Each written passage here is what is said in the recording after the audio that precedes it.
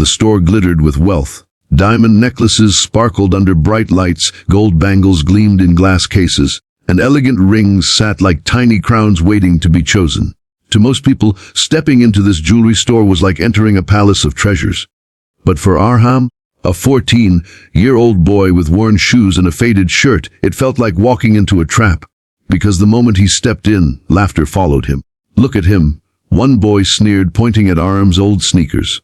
"Careful, bro, don't step too close to the diamonds, they might run away from you." Another boy chuckled loudly. "Yeah, maybe he came to pawn his backpack. I bet that's all he owns." Their laughter rang across the store. Customers turned their heads, some frowning, some simply ignoring the cruelty. Arham felt his ears burn, his throat tighten. He wasn't here to shop. He wasn't here to bother anyone. He was just waiting for his father. But no one knew the truth. The boy they mocked was the son of the man who owned it all. And soon they would learn a lesson they would never forget. Who Arham's world. Arham wasn't like the other kids at his school.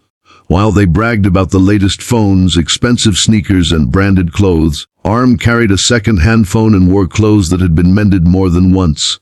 Not because his family was poor. Far from it. His father, Mr. Kareem, was one of the wealthiest jewelers in the country, a man who had built an empire from the ground up. But Mr. Kareem hated arrogance. He had grown up with nothing, barefoot, hungry, polishing cheap stones in a dusty workshop just to survive. Every coin he earned had been soaked in sweat, and when he finally built his wealth, he swore one thing: his son would never grow up entitled or spoiled. So he raised Arham to value hard work, humility, and kindness. He made him wear simple clothes, carry modest things, and live like any other ordinary boy. "Son," Mr. Kareem often said, "if you want people to respect you, let it be for your heart, not for your father's money." Arham understood. And though sometimes it was hard, he tried his best to follow his father's teachings. But kids can be cruel. At school, Arham was often the target of bullies. They saw his humble appearance and assumed he was poor. They mocked him, excluded him, and whispered behind his back. And though Arham pretended it didn't hurt, each word was like a stone thrown at his heart. To the fateful day, it was a Saturday afternoon when Mr. Kareem asked Arham to join him at the jewelry store. "I need to check some accounts, son. Come with me. Maybe you'll learn something today." Arham nodded eagerly. He loved spending time with his father, even if it was just waiting quietly in the store. When they arrived, the staff greeted Mr. Kareem with respect. He smiled warmly at them before disappearing into his office at the back. "Stay here, Arham," he said gently. "Look around, but don't wander too far." Arham nodded and walked toward the glass counters, his eyes catching the sparkle of a sapphire ring. He wasn't interested in jewelry, but he admired the beauty of craftsmanship. That's when he heard it. The sound of laughter he knew too well. A group of boys from his school had just entered the store. They were the popular ones, the kids with flashy sneakers, expensive watches, and voices loud enough to command attention. When their eyes landed on Arham, their lips curled into cruel smiles. Well, one boy drawled, "What are you doing here, charity case?" Arham froze. Another boy elbowed his friend. "Maybe he's here to clean the floors. Should we drop some coins for him?" The group erupted in laughter. Arham lowered his gaze, pretending not to hear. His father's words echoed in his mind. "Don't let their mockery change who you are. Stay humble." But staying quiet wasn't easy when the world was laughing at you. To the cruelty escalates, the boys didn't stop. They circled Arham like vultures. "Don't touch the glass," one warned mockingly. "You'll leave dirty fingerprints."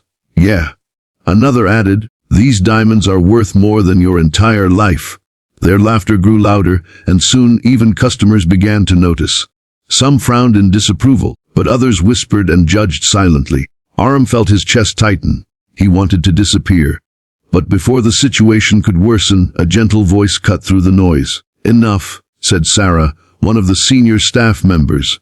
She had worked in the store for years and had known Arham since he was little. She stepped between him and the boys, her eyes sharp with disapproval. "This is a respectable place. If you cannot behave, you should leave." The boys smirked. "Why? Are you protecting him? What is he, your charity project?" Arham's face burned with shame. He wanted to defend himself, but his father's teaching stopped him. "Son, humility is strength. Let your silence speak louder than their cruelty." So he said nothing. The father appears just then. Mr. Karim emerged from his office holding some papers. His sharp eyes immediately noticed the tension. "Aram," he said softly, "is everything all right?" The bullies froze, their smirks faltered. They knew this man. Everyone in the city knew him.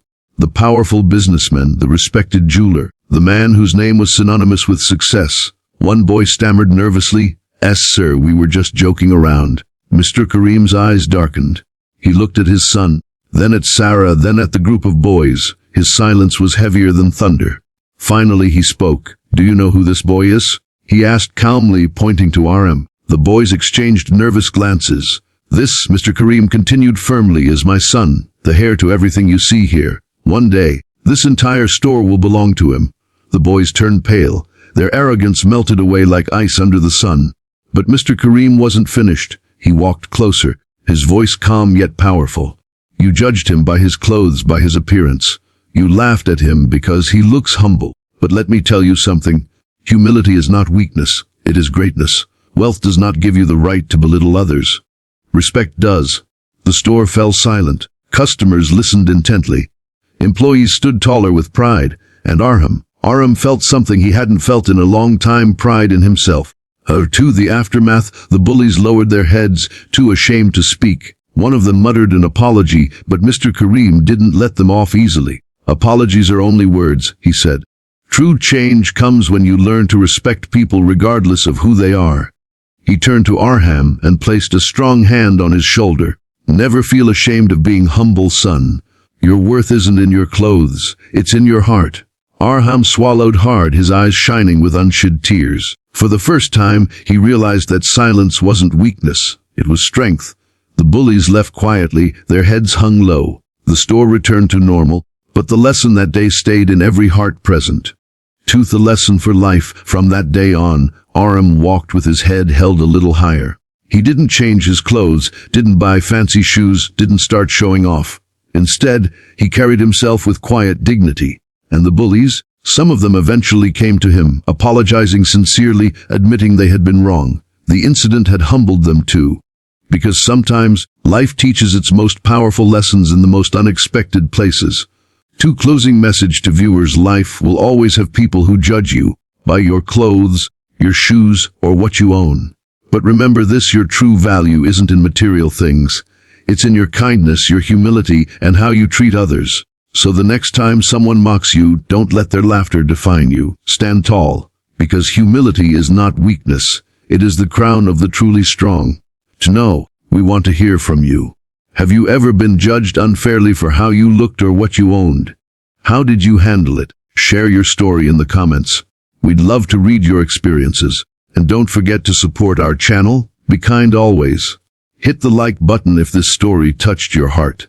Subscribe for more inspiring stories. Turn on the notification bell so you never miss our uploads. Together, let's spread kindness always.